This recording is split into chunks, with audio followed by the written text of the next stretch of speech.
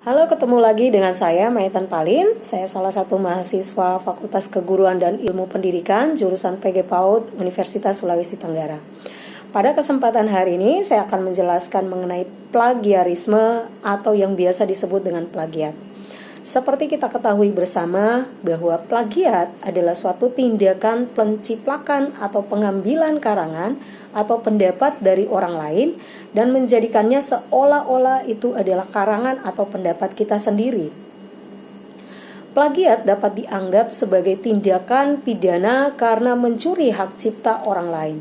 Di dunia pendidikan, pelaku plagiarisme dapat mendapat hukuman yang sangat berat seperti dikeluarkan dari sekolah atau universitas. Plagiarisme untuk orang yang melakukan biasanya diistilahkan dengan plagiator. Plagiarisme dewasa ini menjadi sebuah problematika sosial yang paling dikhawatirkan oleh insan-insan dari industri kreatif seperti seniman, musisi, penulis, dan juga para akademisi. Kasus plagiarisme mungkin sebenarnya sudah sering terjadi dan mengakar di masyarakat Indonesia. Namun hanya beberapa kasus yang tertangkap basah dan disorot oleh media sehingga permasalahan plagiarisme kurang diketahui oleh masyarakat luas.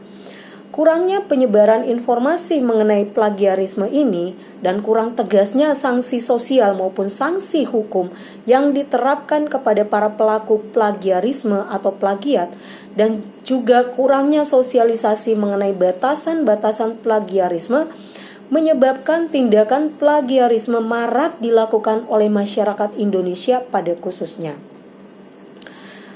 Kegiatan plagiarisme itu dapat digolongkan menjadi dua. Pertama, menggunakan tulisan orang lain secara mentah tanpa memberikan tanda jelas, misalnya dengan menggunakan tanda kutip atau blok alinea yang berbeda, bahwa teks tersebut diambil persis dari tulisan lain. Kedua, mengambil gagasan orang lain tanpa memberikan anotasi yang cukup tentang sumbernya. Felicia Utorodewo dan kawan-kawan menggolongkan beberapa tindakan plagiarisme seperti mengakui tulisan orang lain sebagai tulisan sendiri, terus mengakui gagasan orang lain sebagai pemikiran sendiri, selanjutnya mengakui temuan orang lain sebagai kepunyaan sendiri, mengakui karya kelompok sebagai kepunyaan atau hasil sendiri, selanjutnya menjadikan tulisan yang sama dalam kesempatan yang berbeda tanpa menyebutkan asal-usulnya.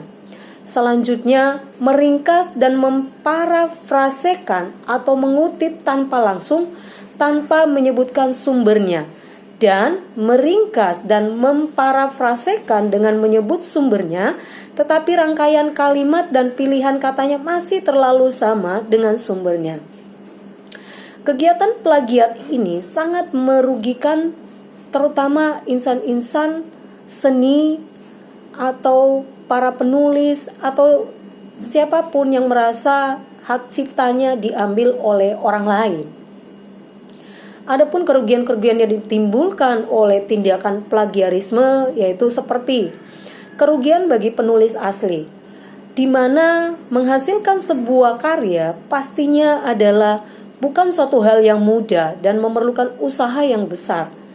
Jika Anda sebagai seorang penulis, tentu Anda akan merasa kesal ketika melihat karya Anda diciplak oleh orang lain tanpa seizin Anda dan tanpa mencantumkan sumber asalnya. Sang plagiator juga bisa memfitnah penulis aslinya dengan menyatakan bahwa penulis aslinya lah yang melakukan plagiarisme, bukan dirinya. Kerugian kedua bagi plagiator yaitu sebuah tulisan memerlukan referensi agar kandungannya terjamin kebenarannya. Tulisan seorang plagiator tidak mencantumkan sumbernya sehingga kebenarannya diragukan. Bisa jadi tulisan yang tanpa referensi merupakan hoaks atau berita bohong. Contohnya, kita membicarakan masalah agama tanpa mencantumkan sumbernya atau kitab suci. Tidak ada seorang pun yang akan menerima tindakan Anda karena tidak ada buktinya. Kerugian selanjutnya yaitu kerugian bagi pembaca dan masyarakat luas. Mengapa? Karena para pembaca akan tertipu oleh sang plagiator dan mengira sang plagiator adalah seorang yang hebat, sehingga akan menimbulkan kebohongan publik, membohongi para pembaca bahkan masyarakat luas. Dari hal tersebut di atas kita dapat memahami, bahkan kita belajar untuk tidak melakukan hal-hal demikian, terutama bagi banyak mahasiswa saat ini, di mana hal-hal tersebut apabila kita melakukan merupakan tindakan yang kurang terpuji, karena dampaknya bagi kita sendiri sangatlah berperan penting dalam kehidupan kita hari lepas hari, karena ada tindakan sosial jika kita melakukan hal tersebut. Harapan saya dengan kita mengetahuinya mengenai plagiarisme, bagaimana kita menghargai hasil karya orang lain, bahkan kita berusaha menciptakan sesuatu menurut kemampuan kita sendiri tanpa menciplak milik orang lain. Karena hal tersebut merupakan hal yang kurang terpuji di terutama dunia pendidikan. Terima kasih, lebih dan kurangnya mohon dimaafkan, dan saya berharap hal ini menjadi bahan pelajaran buat kita sebagai mahasiswa untuk berusaha menciptakan sesuatu yang merupakan ide dan kreatif kita sendiri. Terima kasih, sampai ketemu lagi.